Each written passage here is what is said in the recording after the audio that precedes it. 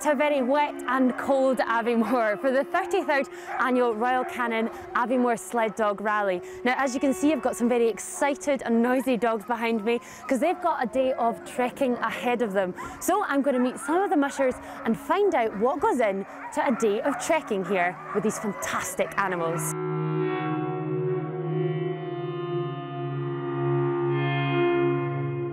So Louise, you're part of the team that have organised the trek here today. Tell us a wee bit about what's happening. Yeah, so this is all part of the Siberian Husky Club UK, sponsored by Royal Canin. We're running a trek today, so dogs are running about 10.5 miles. Wow, that sounds like quite a big distance, but for these dogs it's totally manageable, isn't it? No, and especially at this point in the season, we've all trained them.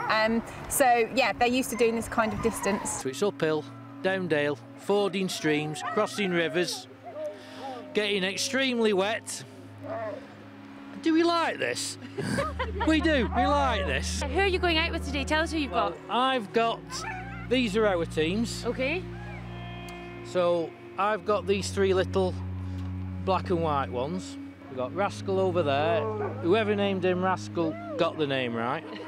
Got me, we've got Diamond. And what kind of dogs are they then? Well, these three here are Siberian Huskies. The big fluffy ones, those are Alaskan Malamutes. They were bred mainly, they're a very, very old breed. Bit of contention whether they're the oldest breed in the world or not. Wow. But they are Alaskan Malamutes, and they were bred primarily for freighting, because there was no cart horses or anything like that in the north. They towed the villages along, brought the food back. The big white boy there, yeah. And those that are leading off, those are called Canadian Eskimo dogs. Okay. Quite a rare breed. Up until a few years ago, there was only about 40 or 50 left in the world. Yep.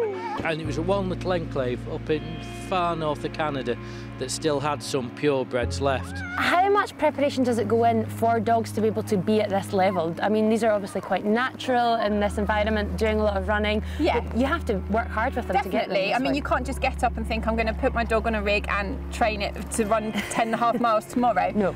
So we all work our dogs throughout the season, and you slowly build up the distance. So as the temperatures get cooler, you do a few more miles, a few more miles, a few more miles, and then you end up getting to the 10.5 miles that they're doing today. Temperature is key, because they're obviously not native to Scotland, are they? No.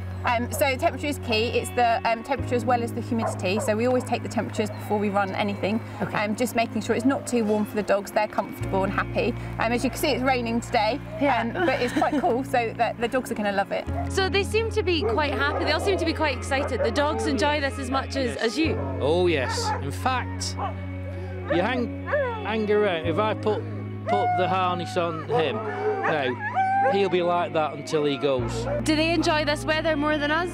Oh yes, oh yes, definitely. I don't blame them. The wetter, the better.